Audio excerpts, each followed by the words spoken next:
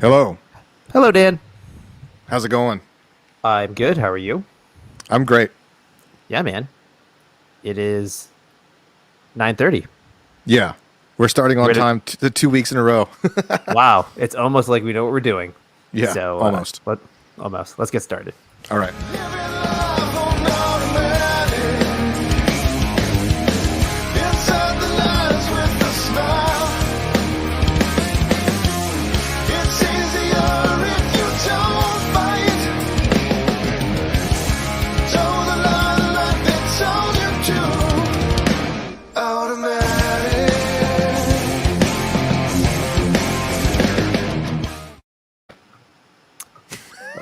Oh yeah, buddy. This should be the podcast, episode 6, where we're talking about You masks and graduation songs. I asked you what we're talking about and you said Fauci stuff. So Well, yeah, we'll get there. that could be the trending hashtag Fauci stuff. Hashtag Fauci stuff. Okay. So we were talking a little earlier. I'm really proud of that terrible Photoshop. I'm going to keep those going Yeah, as I best think as best as I can. the cruder the better. Yeah, I mean, I'd like to get better at it. So, I mean, think incrementally I will get, better by accident. So, It looks like one of those like when like a video like doesn't decompress right and it's playing and everything goes like oh, yeah, man. That makes a lot of sense. All right, right off the bat, I want to try something if it's okay. All right, go. I want to see if these comments are working. If they don't, they don't. I just saw test. Oh, cool. Then yes, it is working. All right, and we're going live. Cool. Hey, man, we're live on YouTube. We're live on Facebook, and the comment worked on Facebook anyway. That means we So, have about 5 minutes till we get canceled. Yes. Now the world knows what we're doing. That's the Yeah. problem. All right, let me open all these up. Yeah, well, there we go. Cool. I think we're good to go. Sweet. I've gotten about one comment per week on my YouTube channel saying I thought this was Dan Cummins, the comedian. So we're still going strong on that. Yeah, that's good. Yeah. We don't need anybody to really know who you are or he is. It's good at being confused. I looked a little bit at some of his stuff and whatever. He's funnier than me. So I'll give him that. I don't know. That's not hard. Ooh. Was there a fan on or something? Yeah, that was my air conditioner. That's what it was. That was that humming I was getting. Yeah, Thanks, I forgot. buddy. Yeah, You forgot to tell me that one. It was 90 degrees today. Nice. All right. Well, let's get started. Hey, listen. So you, I think, hate Anthony Fauci a little bit more than I do. Or maybe not. I was gonna say the opposite. I wouldn't Really? I wouldn't use the H word. Oh, but, I well, mean- you talk more crap about him in our private chats. Well, I mean, I guess I'll say it this way, and this may be an interesting topic: is people who are really good at one thing who get thrust into a situation outside of their element. Yeah. I think I've always found that fascinating in whatever field it is. So I don't dislike him. He seems like, as a person, I just think that he is. You don't know him as a person. No, but you can tell about you can't people. judge him. Okay. Well, I mean, I don't know. I'm You know just how kidding. you compared to the average person in Washington, he seems like a okay dude. Like I don't think he would, you know what I mean? Like I don't think these conspiracy theories where they're like Fauci engineered the virus in order to destroy our economy. I don't think he has any nefarious goals or anything like that. I think he genuinely wants to help. However, there's, a lot of good road paving material towards hell, as they say, good intentions and all yes. that. So, yeah. So meaning like- so like- I like kind he's of good- I sympathize with the guy, Right. and it would be nice. I feel like maybe he doesn't have quite the stones to say what would be uncomfortable for people. Mm-hmm.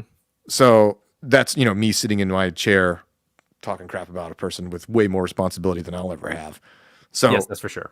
with that as it said,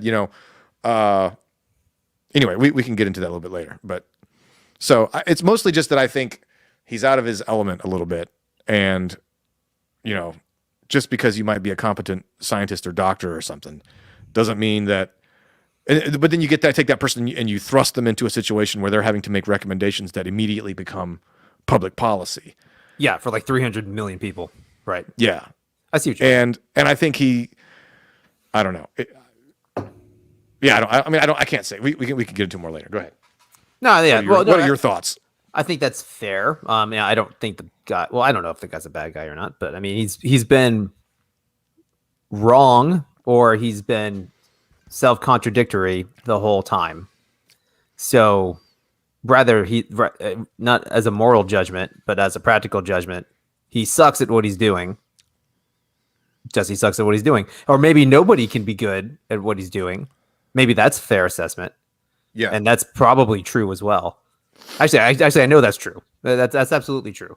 There shouldn't be one person setting public health policy, or at least being the guiding source for public health policy for 50 people, let alone 300 million people. Like a doctor can barely do that for his patients, let alone a whole nation of hugely different people across wildly large swaths of land and circumstances and health variants and all sorts of stuff. So it's you're probably right. It's probably an impossible position, but that doesn't mean that the guy still hasn't been wrong and probably overall detrimental. I mean, he stepped into the role and he accepted it and he's doing it, and it's a detrimental thing, I think. As much as I want to give the criticism. Yeah, I mean, it's like as much as I would say I give him leeway to be like it's a hard job. It's like, well, he's not being forced to do this at gunpoint, right? Yeah, no joke. Yeah, he knows when he's saying something that is not very accurate. We don't exactly know, like with the benefit of hindsight, we don't really know exactly what they knew when. All we know is that cumulatively, there's been statements made from this perspective, and so there's lots of contradictory statements. So we don't really know what the mindset of him and all the people were, as far as if they were deliberately trying to say, all right, well, we know this is wrong, so we're going to say it anyway.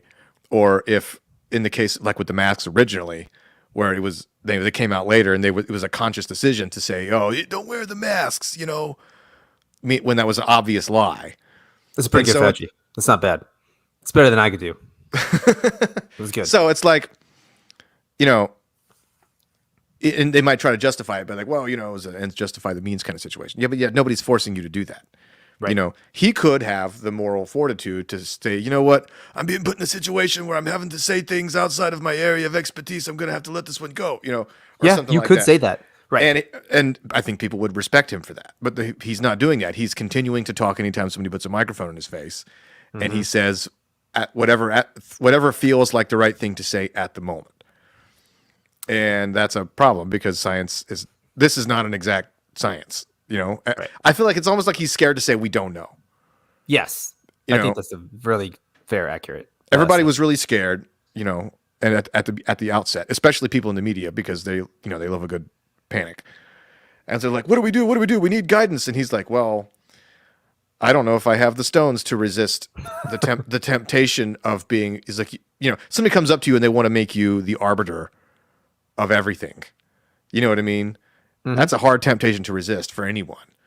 Sure. We're going to consider you our expert, and you're going to be the person who gets to challenge the president and stuff. You know what I mean? Like, that's a hard temptation to resist. So this is true.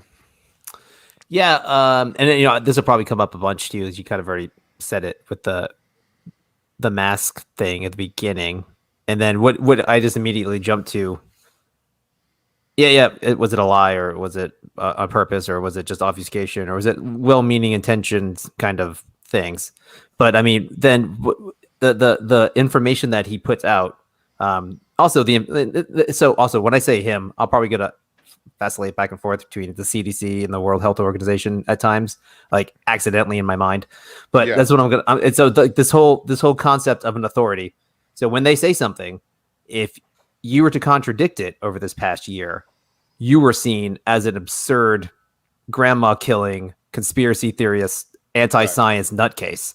Right. And then literally weeks later, they would come up and say the exact opposite of what they said previously, where, not you and me, because we have no public profiles that make a difference, but there are people who lost huge, online presences like on Facebook, on YouTube, or got strikes on YouTube, or got not fined, but like lost their monetization for saying things that contradicted these guys who didn't have the stones or the wherewithal or the honesty to say, we're going with our best guess here, people.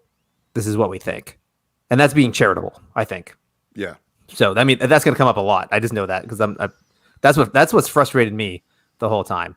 Yeah. So maybe if you catch some anti-Fauciism in me when we're talking, it's the whole frustration of the overall cultural significance given to this dude and to these people, and then the hammer that drops when you go, I don't know, maybe not, maybe I don't agree with you, Right. and you're not allowed to do that.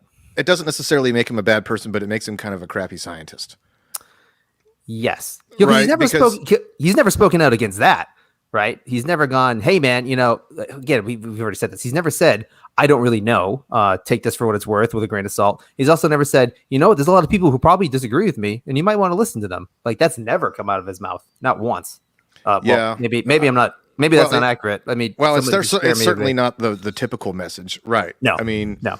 He tends to basically, the main thing that he backpedal, well, not backpedals, but like he kind of pulls his punches anytime somebody asks him about another person who's like doing some ridiculously paranoid thing. Like there was this, I saw this interview where they were asking like, so they're doing like summer camps like this summer, and they're forcing all the kids to like wear masks, like even when they're outdoors and stuff.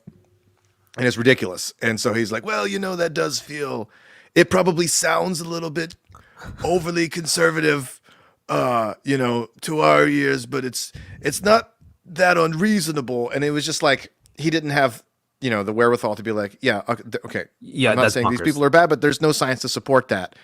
It's that ultimate like liability kind of mindset where it's like, just take the most cautious approach at all times. Yeah, it's CYA all the way. There's no way. Right. It's not. Yeah. Like, I mean, it would be funny for the director of like national health to just go cuckoo bananas, just say that as a response. Yeah. But, that's not going to happen. Very few people get called out when they incorrectly predict a disaster, right? Yes. Like, but if you don't predict a disaster and a disaster happens, then it's like, who do we blame, right? So if somebody says there's going to be an earthquake next week, and then the earthquake doesn't happen, nobody goes and finds that guy and says, hey, you know what I mean? Like you said, there was going to be an earthquake and it didn't happen, so we're going to string you up. But if you say there will not be an earthquake and then an earthquake happens, and that's like, we got to have somebody to blame. So with these kind of people, it's like, well, if they're wrong on the overly paranoid side versus being wrong on the overly not paranoid side, clearly this one has more potential for blowback. Right.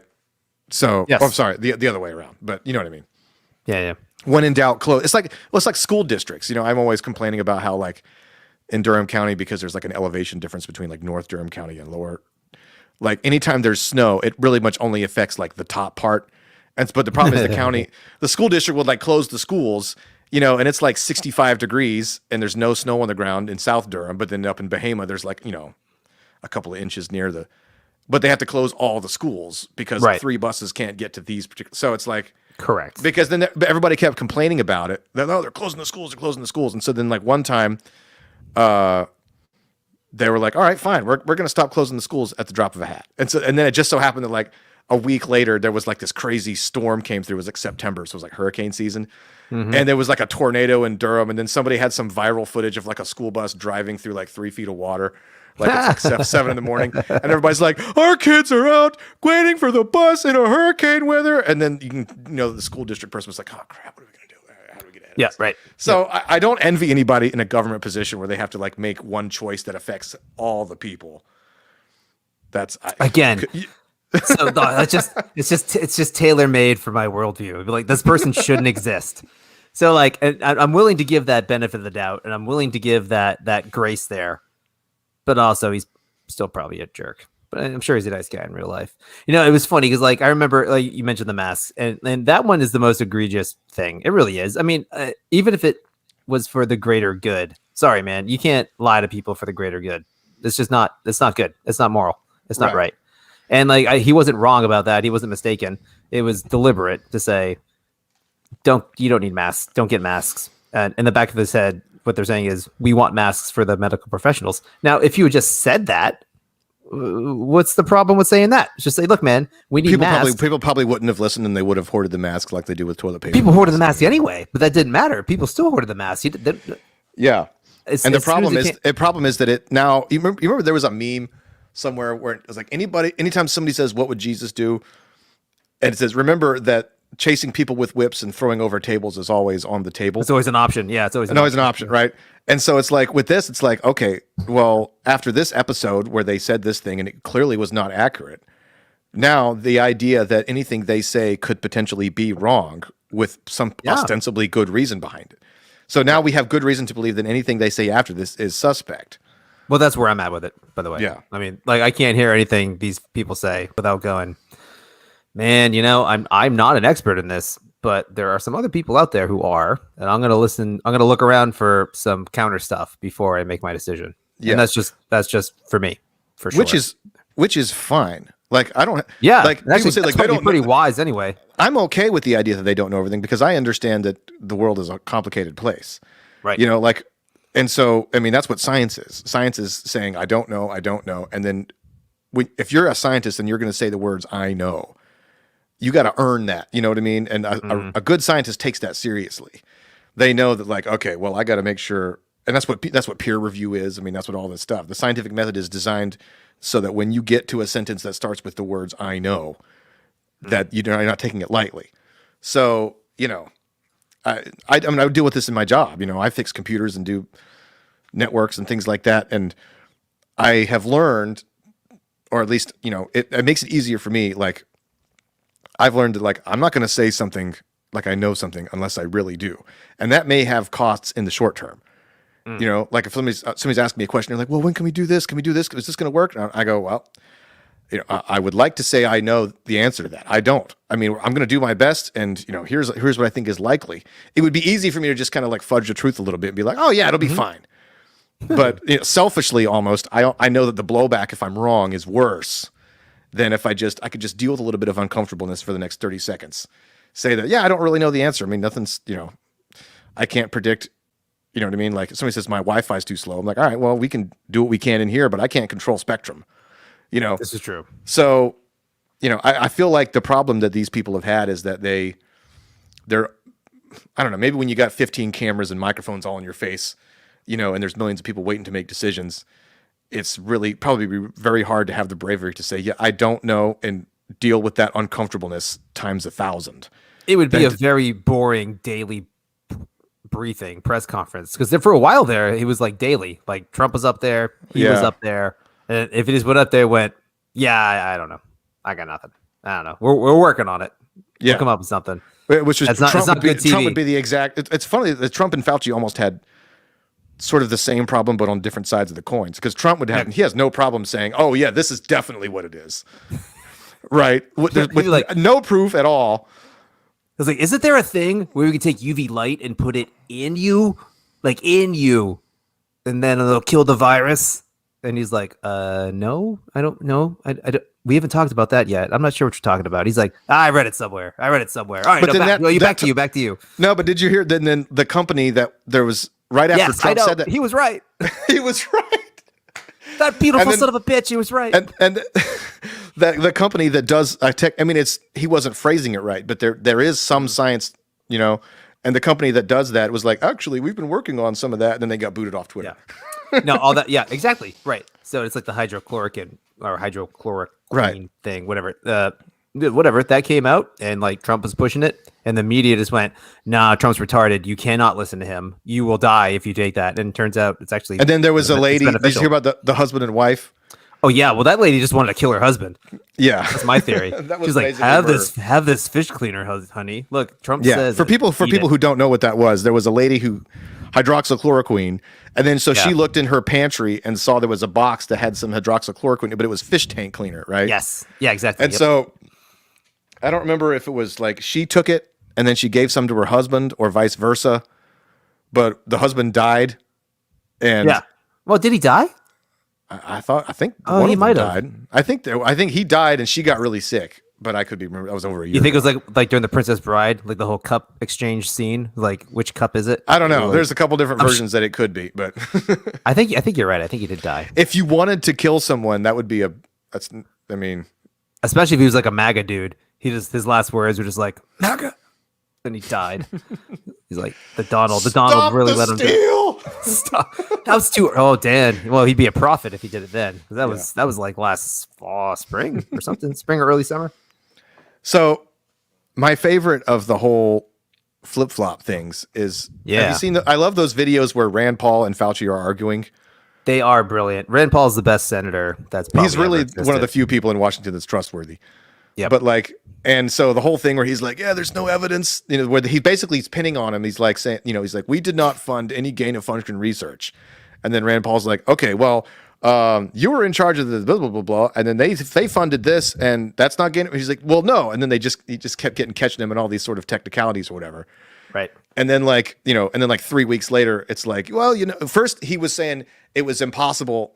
The whole, if you said like, and I remember hearing this last year, the idea that the coronavirus came from a Wuhan lab because they were messing around with stuff and it escapes and it happens to get somebody infected. Like, to me, that doesn't sound crazy at all. I mean, the world's a crazy place. No, of course not.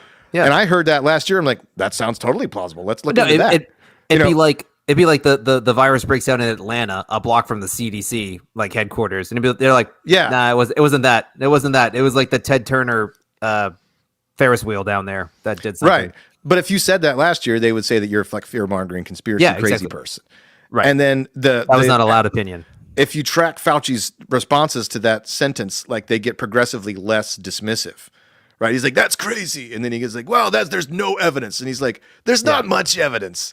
And then he's like, it's impossible. It's not, you know what I mean? And so it's like. And like literally this month, he's like, he thinks it's possible. That's like the big news this week, really. Because like Fauci. And he's trying to CYA by saying we should definitely look into it. He's trying to get out ahead of it.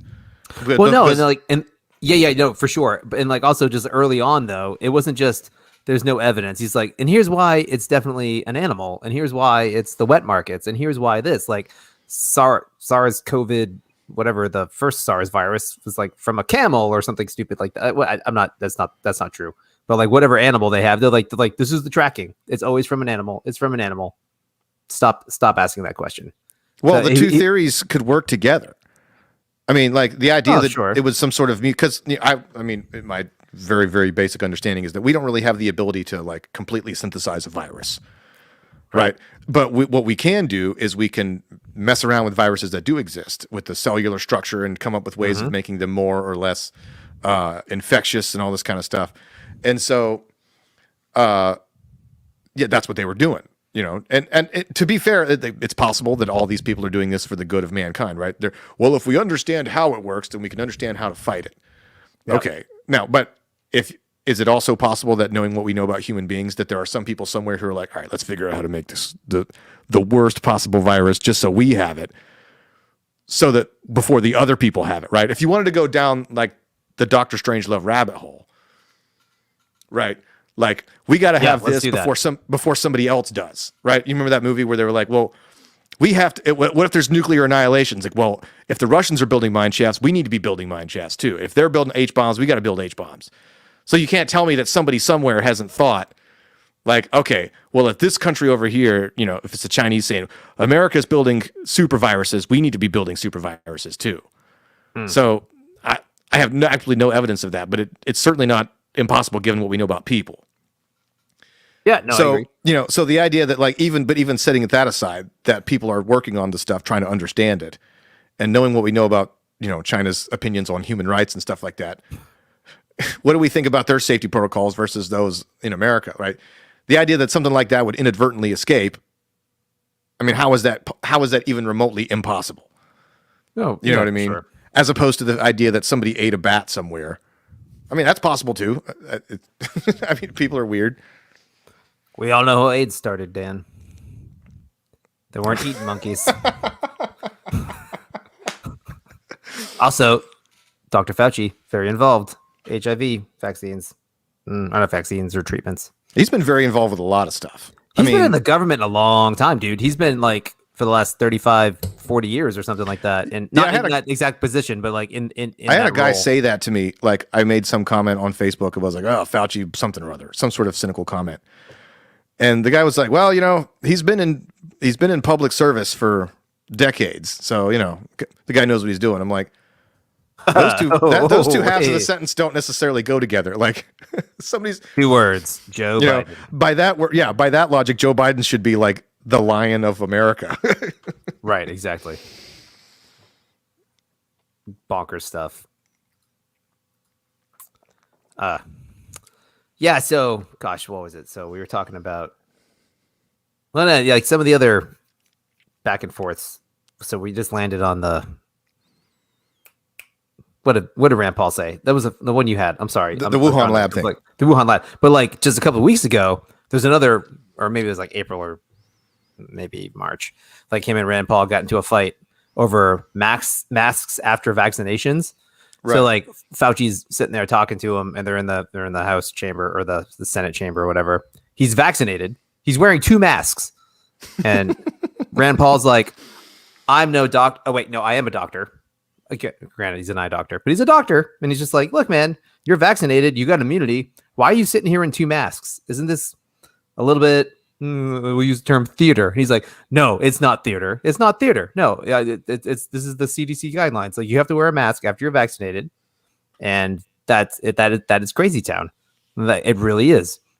There's no reason to wear a mask after you're vaccinated. Even the CDC, or no, that's not even the CDC. So the CDC for a long time was saying that you have to wear a mask after you're vaccinated, and then just like 2 or 3 weeks ago, now you don't. It's great. Nope, no problem. You're not gonna wear a mask anymore. So at which point were they lying? Or which point were they derelict in their freaking ability to tell you what to do? Because there's no way. Which one is it? There's no way that both of those positions are accurate at the same time. Correct. Oh, Dan. So let me show you this. Here we go. All right. Let's see the things that you couldn't do a month ago if you were vaccinated. Can you see that? Yeah. All right. So fully vaccinated people on the right. I love how they included wheelchair roll. That's very inclusive. This is the strangest freaking thing I've ever seen in my life. You can't attend a crowded event like a live performance, parade, or sporting event. You can't visit a barber or a hair salon.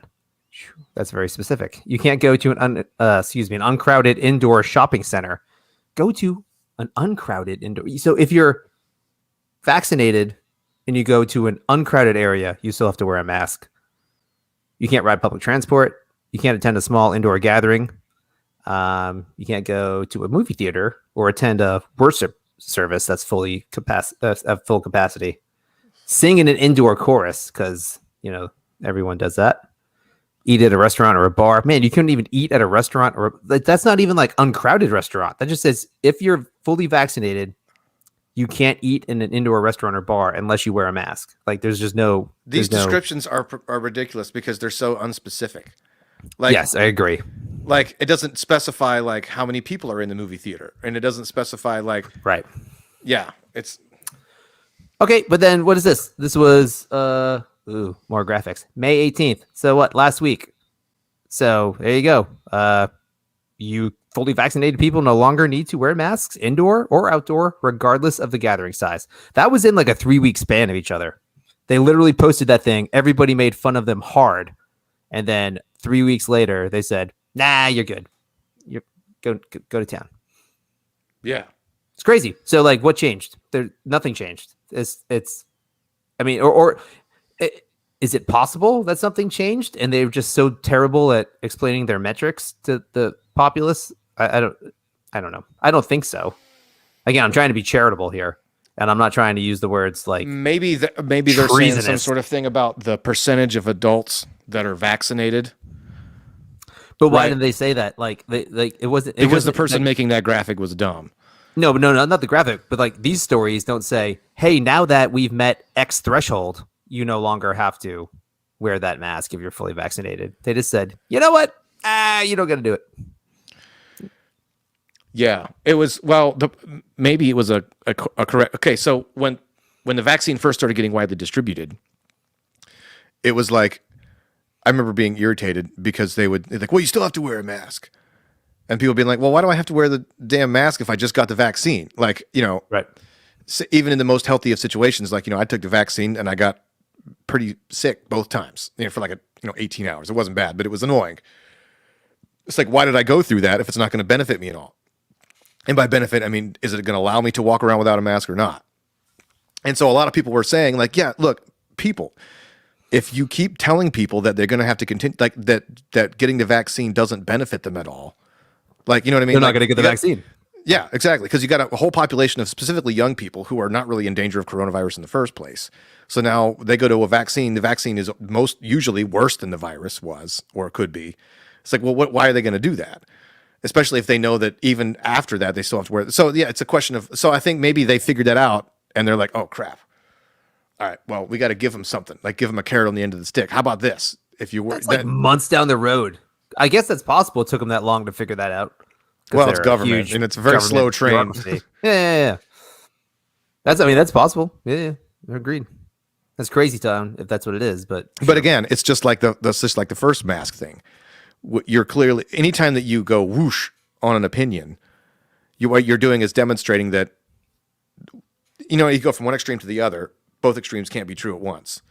Mm-hmm. So you're basically proving that the idea that you're saying something that's not true, they're just reminding people that they have a capacity to do that. They're basically telling people, don't trust us or always be skeptical, which you and I are always skeptical anyway. But, by that point, they've already created a whole army of, Mm-hmm. I mean, so what's been your experience about like people now that they say that you can't wear masks, like, or that you don't have to, like the people who are still paranoid, it's a hilarious cognitive dissonance, right? I don't know anybody.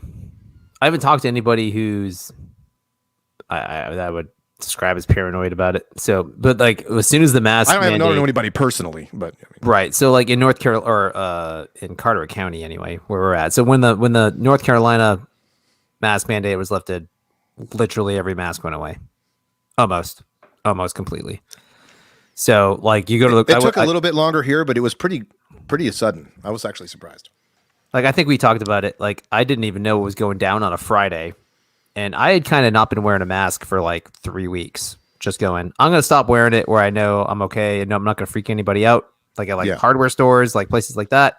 I was at a grocery store. I knew it didn't matter. And I walked in there. I was like, holy crap, there's a lot of people in here just completely not wearing a mask. And then like on the way home, I realized that's what happened. I was like, oh, look at that. Today was the day. So but it's been open. It's been way less. And like our church has opened up with now masks that are optional. And there's a few people that choose, and there's a socially distant section. That's good for them. And they're comfortable there. But like the rest of the crowd is crammed in tight, baby, without a mask. That makes total sense when you think about churches with like large, like elderly populations and stuff like that. Mm-hmm. It's like, yeah, if your grandma or somebody who's been going to church her whole life wants to go, but you're like, oh, she's had that lung thing a few years ago. Yeah, man. That makes sense. Let's have an area for them to be a little bit more. Yep, that's just prudent. Yeah. It took a little bit longer here in Durham. I remember like, I felt like a trailblazer because I heard the news and I'm like, oh, well, that's interesting. So I would just walk around with a mask in my pocket and just see who said something, and nobody has so far. And then as with each day, it's getting less and less. And so like I went into Lowe's to get some stuff, and it's probably about 40% of the people. And I like walked, you go into like the Sheetz gas station, nobody cares. And then the test was I went into Target, like, I think it was like Saturday. That's a good one. And, that was even like, it was a couple days ago and it was still 95% masks. Mm-hmm. Like people of all ages, like little kids, cause this, the demographics of people who go to Target. But it was like, I had my kids with me and I'm like, I brought 3 masks just because I didn't want to make a scene in case somebody said something. I could feel the stares. You know what I mean? Like what's that line from Turn the Page? You feel the eyes upon you as you're shaking off the cold. You know what I mean? So not bad. And I'm a Bob Seger lookalike, so I agree. But like, and then I saw a guy who was like in like a white butcher's coat, like stacking meat on the shelves, and he wasn't wearing a mask. And then I saw an old lady putting vegetables on the rack, and she wasn't. I was like, all right, well, that's 2 employees. Yeah, if you see employees not wearing one, you're just like, game over, man. Yeah, it's all bets are off there. So yeah, But it was nice though. I played a show up in Roanoke this past Friday. Huge crowd of people, no masks. It felt like old times again. It was nice. Yeah, I hope I'm not retelling a story. I know I've told this story, so I hope I'm not retelling it here. But like, my son was sick, so he stayed home for a day. But I had to work, but he wasn't like super sick. He was just kind of coughing. So just like we didn't want to freak anybody out. Just kept him home. But I was like, I gotta work, so you're coming with me. We gotta do a couple errands. I gotta do a sales call. Sit in the truck. You'll be fine. But like we were walking into Lowe's. I do that frequently. And he was just like, he's like, Dad, I don't have a mask. I was just like, it's okay. It's fine. He was just like, okay, sure. I was like, it's fine. Listen, just trust me. It's fine. It's safe. No one's gonna care. And like we did it the other day where like we all went to a store and we didn't have them. And like my daughter was like, oh no, where's my mask? We're like, no, relax. It's fine. You don't need it. We're just to go in. We'll come right out. Don't sneeze on anybody. You'll be fine. Yeah. Yeah. So it's weird. I can't wait for the think pieces that come out like a decade from now about like what this stuff did to our kids' psychology. It's not gonna be good. Like like in our part of the country, it's not the same. Like it's not like New York or LA or San Francisco or Chicago or like where everybody was like shut in. Super shut in and like completely cut off. Like that's like frighteningly isolated stuff. And that's a rough place to be, man, for those kids. Yeah, so, whatever. That can't be good. Yeah, you're right though. I am interested to see how that rolls out. I've heard who was it I was listening to? It was I think it was Jim Brewer talking to Joe Rogan or something the other day, and they were talking about like guys that they knew, like in the comedy world, like, you know, they were saying like, you know, it's, I guess the people that they know, like this. People who are comics are not always the most stable to begin with, right? Like, oh yeah, sure. Yeah, and they'll be the first to say that, right? Like, well, we don't get into this business because we're stable, well-adjusted people. Yeah, otherwise you'd be an accountant. Yeah, so it's like you take a person who's, you know, they figured out that their talent / profession is being in front of people, you know, 2 or 3 nights a week and getting that high. And then that's, you know, the only thing that keeps them going. And then you throw in the fact that, you know, they're on the road, they're kind of living these solitary lifestyles. And then all of a sudden all that stops. So not only does your income dry up, but also the only thing that gave you like social coolness factor is also gone. You know what I mean? And like the other people that are your friends are in the same boat. And so it's just like, I shudder to think the amount of like suicides and things that happened amongst specifically like performers. Right. You know, because that's gotta be, a weird tragedy. Yeah, that's true. Musicians, comedians, actors, and by actors I mean like theater actors, not like movie actors. Yeah, like them too. Well, no, because movies were able to still be made. Sort of. I mean, I guess you wear masks, the crew and stuff, but I mean, hey man, Tom Cruise made it happen. Did he really? He would kick your ass off that set if you weren't wearing a mask, and you would have shut it down. Did you see that? Did you hear that Tom Cruise rant? No, I didn't hear that. Tell me that story. Oh, I mean, that's it. So like there was a thing where there was like a staff meeting or a crew meeting, and Tom Cruise sees a guy not wearing a mask or pulls his mask down, and he just berates him for like 10 minutes. Like it's like expletive laden, but it sounded really rehearsed. It sounded very virtue signally. It was pretty bad. I'll try to find it later and send it to you. It's like earlier, and then it'd be like earlier that week, and he like calls up like Aaron Sorkin or somebody. He's like, look, I'm anticipating getting mad at somebody. Okay, I need you to write me 3 paragraphs of like really well worded, like maybe a walk and talk if we could do that, you know? Yeah. And just have it memorized. There's going to be a strategically placed cell phone in the room to record my berating of this young gentleman who was like a boom mic operator or something like that. Yeah. Well, like that Christian Bale story from like, you know, like 12 years ago. Yeah. Yes. When they were making the Terminator movie, and he like yelled at the guy who was like in the shot, and he was freaking actors, man. Jeez. Well, I think he did it on purpose. I honestly, my opinion is that he kind of knew that movie wasn't going to be that great, and it wasn't really going to do anything for his career. So he was like, but people are going to take me really seriously as an actor. It's going to go like, no press is bad press. Yep. You know, he gets his reputation as being like super serious. Christian Bale. Hey, we're at 40 minutes. We should talk something funny. All right. Or something stupid. So I don't know why I thought of this. Okay, so my my daughter, my sister's youngest daughter, my youngest niece, who's not my youngest niece, but it's her daughter. So sorry, that's where I'm clicking. I'm gonna need a flow chart for that sentence. Okay, so my sister has 3 daughters. Okay, she was the first of my siblings to have kiddos. So her youngest kid graduated high school today. So like when me and Sally started dating, who's my wife, for those of you who hear this and don't know that, my youngest niece was just born. So like full circle, you know, cats in the cradle, all that kind of thing. So like she just graduated high school. So I was texting with her a little bit, and I was just joking about graduating high school, congratulating her and telling her I'm proud of her and I love her and I miss her. And I sent her the time of your life thing. I was like, the obligatory graduation song. And then I immediately felt 100 years old, because I don't think that's like the obligatory graduation song anymore, but it's still a graduation song. So we got a list here.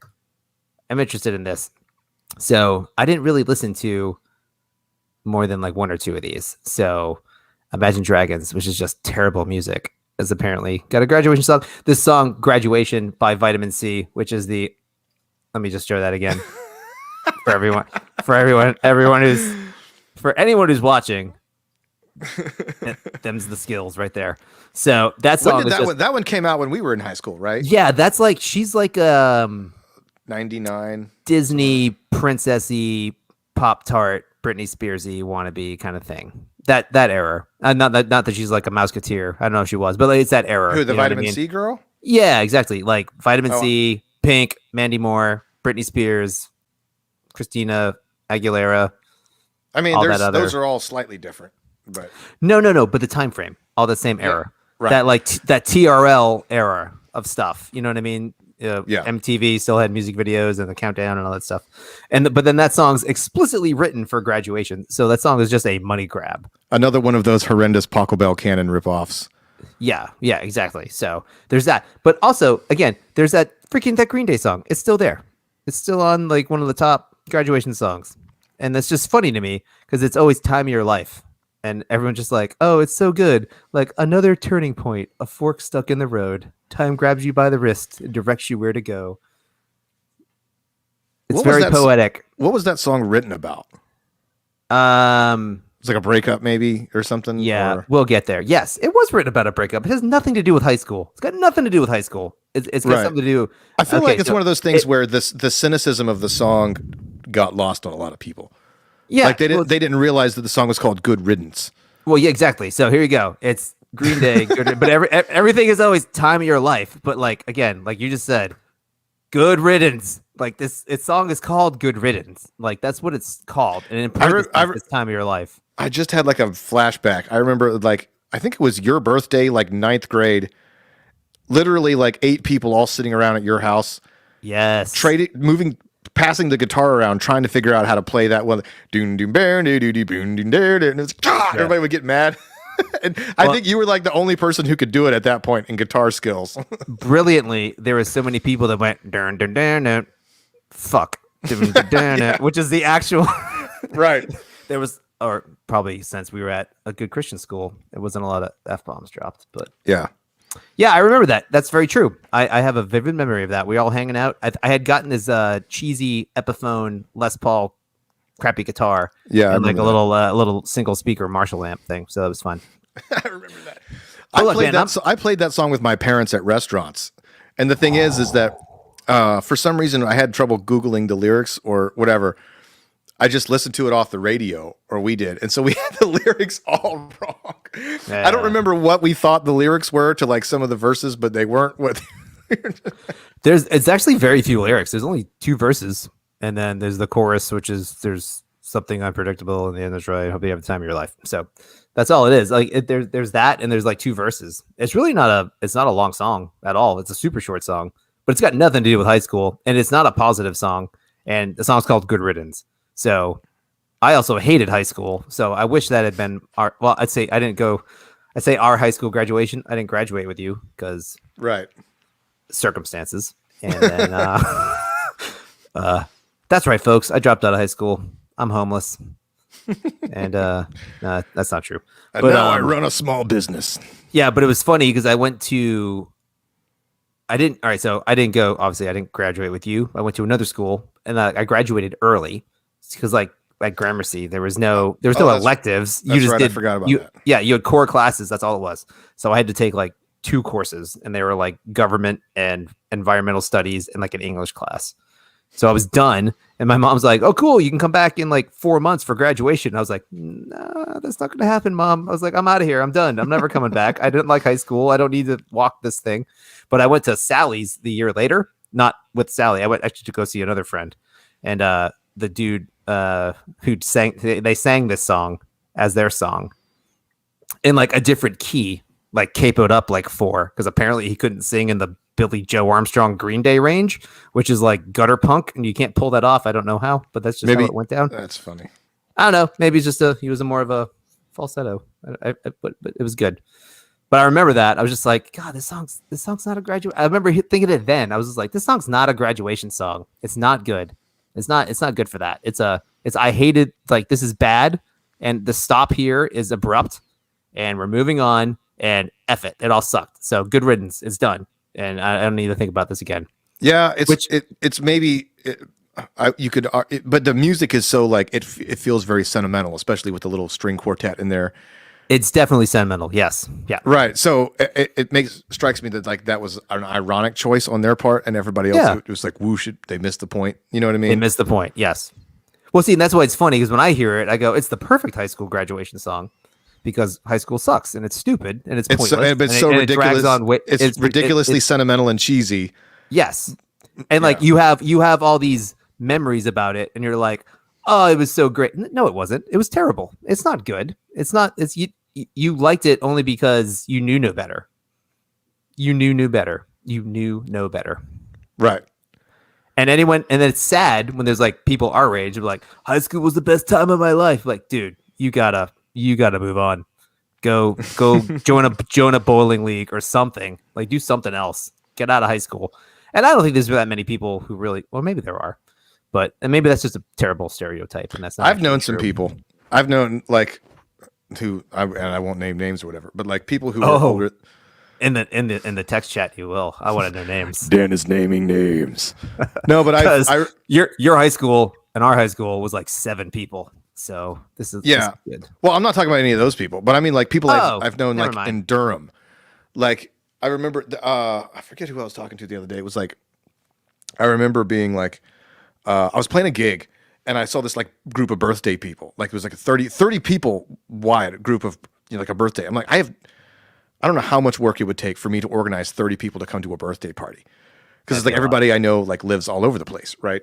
And like even the people I know who I don't necessarily like all those people, but it's like every single one of these people lived in the same town and they're all in their 50s and they never moved away. And it was like,